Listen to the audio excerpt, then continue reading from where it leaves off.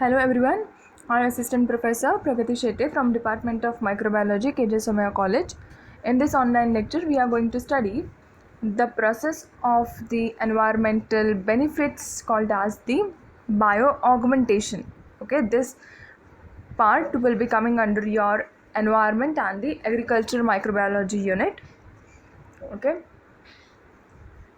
in the TYBSc syllabus. So now, in the previous lectures, we have studied the one more process called as the bioremediation.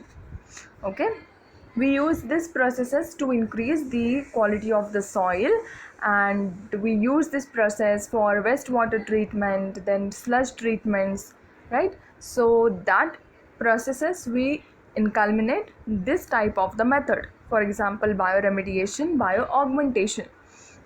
Now if we look into the definition of the bioaugmentation, okay, then the definition will tell us that the bioaugmentation is process in which we are physically introducing the group of the specialized microbial strains, okay, which means we are adding that bacteria in a certain place or in the sample which we want to purify, which we want to be treated furthermore. Okay, so that in that samples, in such areas, we are going to do, we will add a specialized microbial group, species or the strains, okay, in an effort to enhance the ability of the microbial community to respond to process fluctuations or to degrade the certain opportunities or certain compounds, due to which there will be any loss of environment or there will be any harmful effect, so that we should prevent with the help of such processes. Okay, and which results in definitely the improved treatment. Okay, now this, the main difference between the bioremediation and the bioaugmentation will be, in the bioremediation we are not adding any bacterias. Okay, additionally we are not adding, the bacterias are present or the microbes that are used to or that helps us to wastewater treatment or anything increase the soil fertility, that are present naturally or that are most commonly present in the soil, right? For example, the nitrogen fixing bacteria, right?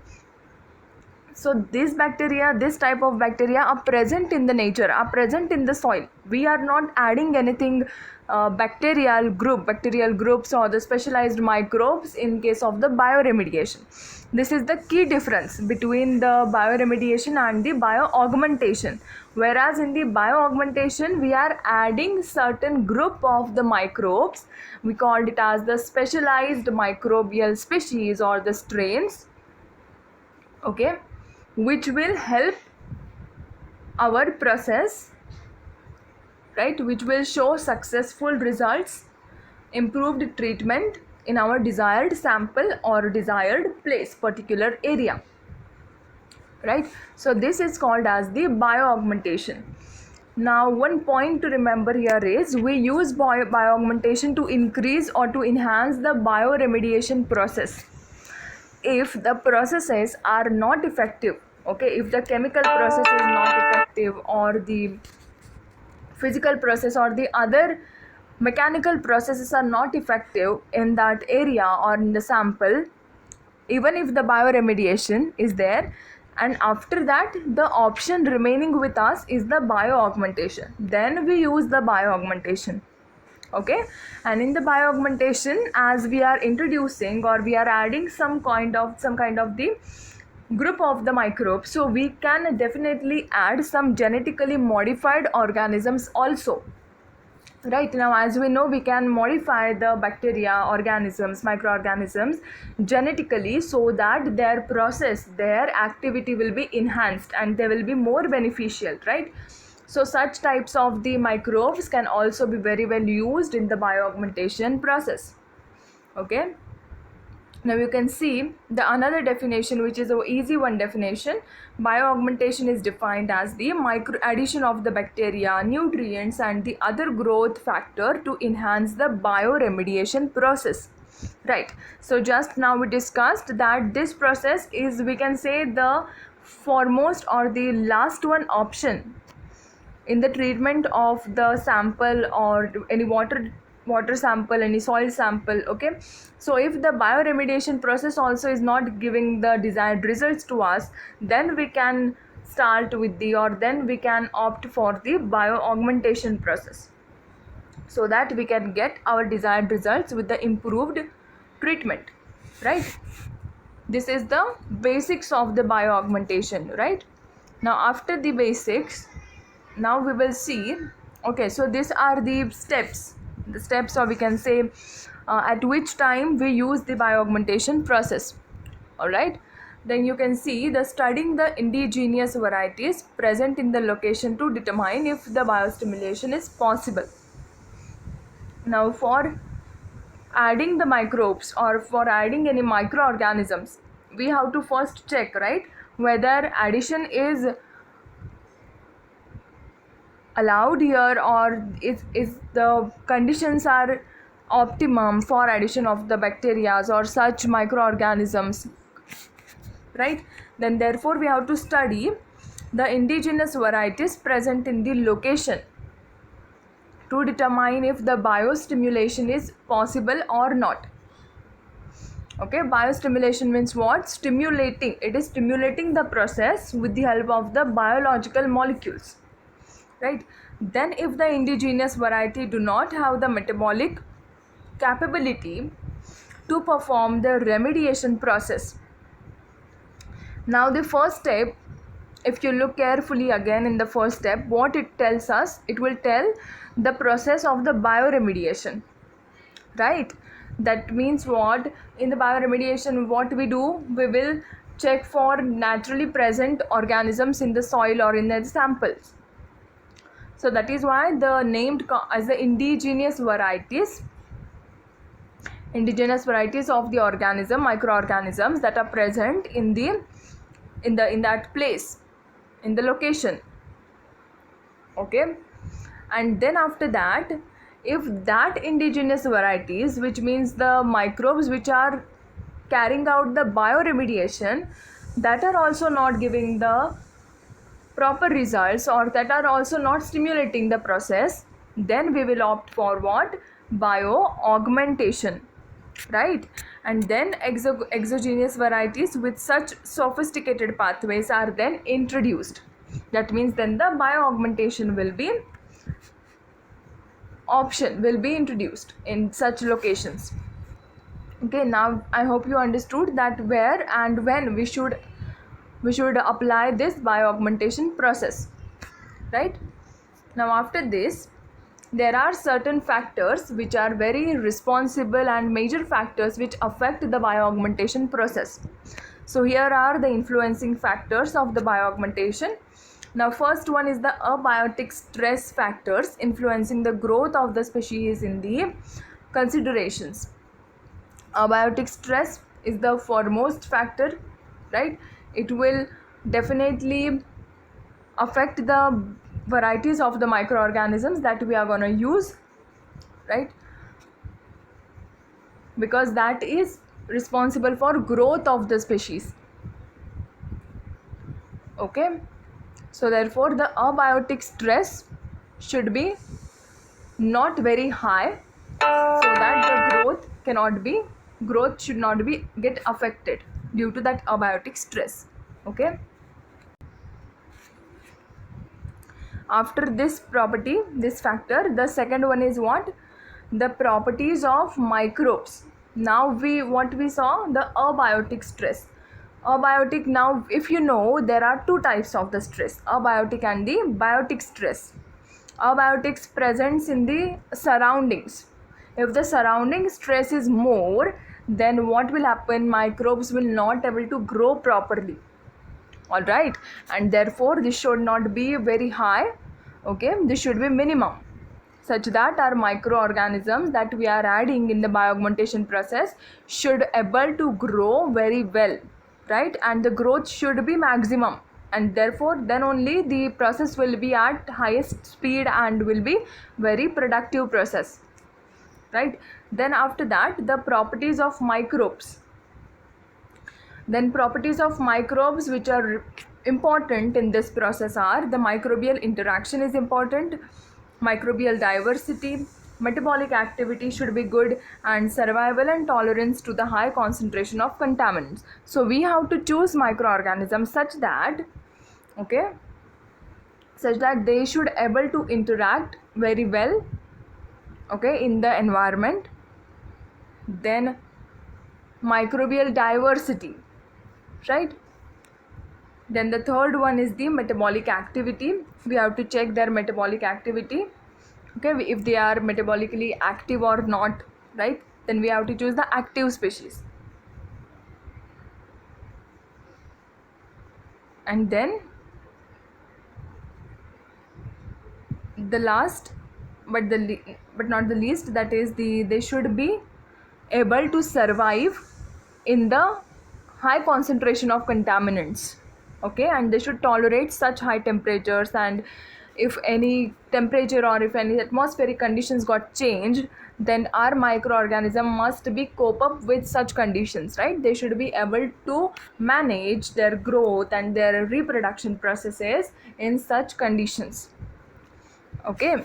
Then after that, what we have to see, the bioaugmentation will require the total system management by controlling the key system parameters, right, such as the pH, temperatures, and the oxygen level, addition of nutrient to ensure the good growth and the healthy population of microorganisms. So after reading and after studying this portion, we can say that in the bioaugmentation process, if we have to start with the bioaugmentation process, then first and foremost things that we should see or we should do, that is to check the surrounding condition, to check the whole system, right? And along with that, in the system we will check parameters such as the temperature, abiotic stress, pH, oxygen levels, right? And in the inside system, that is in the microorganisms that we are adding, right, the group of the specialized microbial species that we are adding, and in that species now we have to check what this conditions or this property, such as the microbial interaction, they should be interactive, right? Then they should be present diversity, okay, they are present in almost in most of the places, okay. Then metabolically active they should, plus they should able to survive and they should able to tolerate the the high concentrations of the contaminants, okay, or any change in the temperature.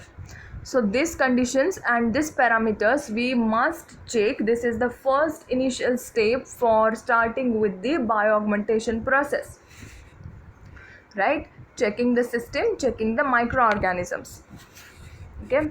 Then after this, now bioaugmentation can be used in the wastewater treatment, okay. Now we will see for one example first, that is the wastewater treatment. Now you can see there is the wastewater treatment plant, okay. Bioaugmentation is most commonly used in the municipal wastewater treatment to restart activated sludge bioreactors, okay. So first slides we just studied, we just discussed that the bioaugmentation is used when the other system, the previous options are not working. So in this case also you can relate that sentence, that the activated sludge bioreactors, we have to restart that, okay, and therefore we are using the bioaugmentation process most commonly in the wastewater treatment, in the municipal wastewater treatments, okay. For example, the microorganism that we can add in such wastewater treatment plants are the Penicillium species, Aspergillus species, then Flavobacterium species, Arthrobacter, and the Pseudomonas species, this bacteria, this microorganism, fungi are very well suitable in the previous conditions, and these are able to process the contaminants. Okay, they will use this contaminant, or they will use such chemicals for their growth, and they will excrete the harmful products, the non-harmful products, so that there will be no damage to the system, and the process will be then get achieved, the treatment will be then achieved. Okay, now the bioaugmentation process has certain advantages over the traditional process. Okay, yes, so as we can relate that we are using only the group of specialized microorganism, and therefore we are not using any chemical, any heavy expensive chemicals, any machinery, any equipments, right? Then we are not using any large machines, okay, distillation units, okay, that has been used in the secondary wastewater treatment, okay, for the decades. Such treatments or such expensive materials has been used from the decades. So therefore our process will be the cost effective process, right? Then second, bioaugmentation is very easy to use, no operational difficulties in there, right? Now as we know, the dealing with the microorganism is the most simplest and most effective way of treating various kind of the processes, right? And therefore here also the bioaugmentation is very simple, right? Because we are not using any operational devices, and therefore there will be no any difficulties like that. We have to just add, okay. Before adding also we have to check, right? We have to check each parameter, that we have to do in the bioaugmentation. Also that is again, it is it is cost effective, it is not so expensive, right? Then bioaugmentation improves the plant efficiency. Yes, so bioaugmentation will definitely improve the plant efficiency if we are using in the wastewater. Then what it will do, it will again reactivate that water for the further processes. Okay, so it will definitely improves the plant efficiency. We can use that plant, okay, for various samples treatment, because there is no chemical damage is or anything physical damage is happening, right? The process, whatever the process is going on, is inside the microorganisms, right? And therefore uses of the microorganism in such processes is very much effective, right? And very much simple, is the best option to use the microorganisms in such cases, right? Then after this, first one is the wastewater treatment. Now we can use that in the chlorinated solvent, to treat the chlorinated solvent in the soil treatment. Okay, now in that, if we applied the bioaugmentation, if we add the certain groups of the microorganisms in the soil we want to treat, okay, then in the soil what compounds are majorly present which are harmful, okay, the toxic compounds, such are the tetrachloroethylene and the trichloroethylene, which are present already in the soil. All right, and then such are the chlorinated solvents, right? These are the chlorinated solvent, these are toxic to the nature, okay. So therefore we have to degrade that into the non-toxic forms, right? We are producing, or we are doing that non-toxic to the non-toxic process using the bioaugmentation. Now we have added the group of specialized microbes in that soil samples. Okay, now what will do, our microorganisms will then digest, will then process that chlorinated solvents, and then it will degrade them to produce non-toxic compounds called as the ethylene and the chloride. Now as we know, these both are the non-toxic compounds, and this is how we use the bioaugmentation process very well, very efficiently, to treat certain waste products and certain wastewater treatments, okay, soil products, soil treatments. Then other than chlorinated ethane, it is potential to biodegrade the other compound including BTEX, chloroethanes, chloromethane and the MTBE. Okay, that means the microorganisms has very much and very good potential, because it can degrade that much good range of the chlorinated compounds, right? And therefore we can say it is a very good and very efficient process to use, to opt for. Then bioaugmentation is typically performed in the conjunction with the addition of electron donor. Now, as we studied in the previous slide, we have to add microbe and we have to add the excessive nutrients also. If we are adding excessive microbes, then they will definitely need extra nutrients for their growth, and therefore we have to add food for them, we have to add the nutrients for them, right? And therefore we will add the electron donors to achieve the geochemical conditions, okay, in the groundwater that favor the growth of the dechlorinating microorganisms in the bioaugmentation cultures, right? And therefore we can add the nutrients, we can add the electron donors, which will stimulate the process and which will help the microorganisms to grow well, right? And as they grow well, they will show results very well, right? And then after that, this is the soil treatment, okay. This is the bioaugmentation of chlorinated solvent. Chlorinated solvent are present where? In the soil. Now we have converted this chlorinated toxic solvent into the non-toxic one with the help of the microorganisms in the process called as the bioaugmentations. Right, now after the soil treatment example, now we will come to the table, okay, where the different approaches has been mentioned with the use of the bioaugmentation as the efficient remediation technology. Okay, now bioaugmentation approach, in that cell culture we can use, okay, to treat. And in the cell culture, the organisms can be used such as the Chromomonas and the Rulastonia eutropha.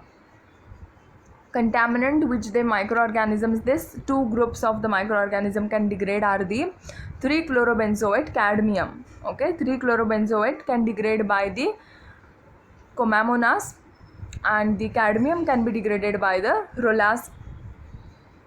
Ralstonia eutropha, right, in the cell culture process, okay, cell culture type. Now if we use phytoaugmentation, what is phytoaugmentation? The plant, in the plant, all right. Then in that we can organisms used in the Arabidopsis thaliana, and it will degrade the methyl mercury, which is very toxic, okay, methyl mercury. Then third one, immobilized, we can add the microorganism in its immobilized states, all right. Now this will include the organisms such as the alkali genes fecalis, okay, alkali genes fecalis. And then the contaminants it can degrade is the phenolic compounds, okay, phenols, okay.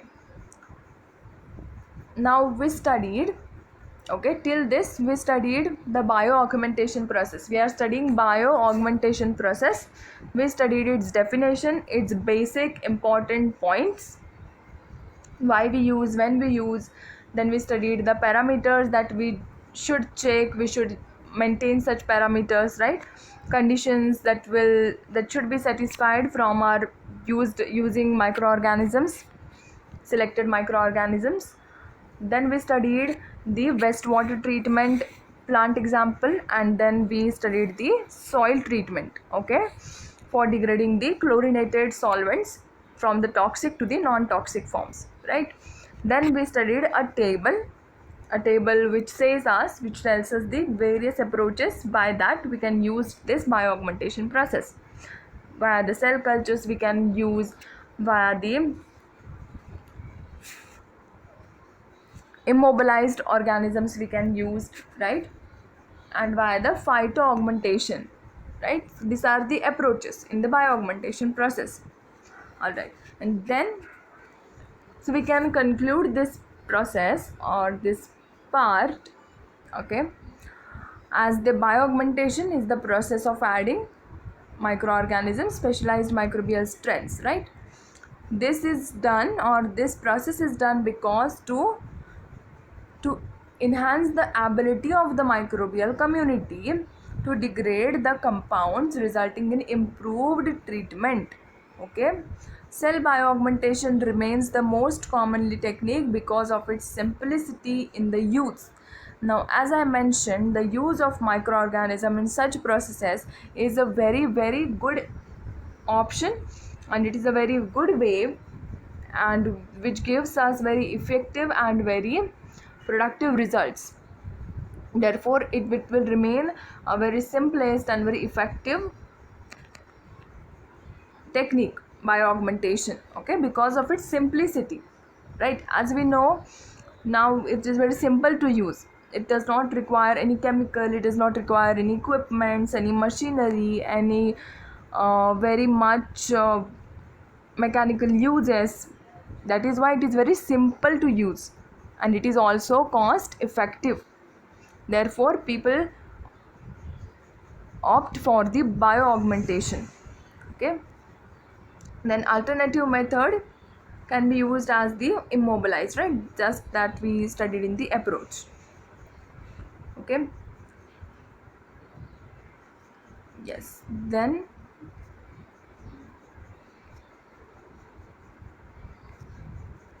right, then I hope you understood this online lecture.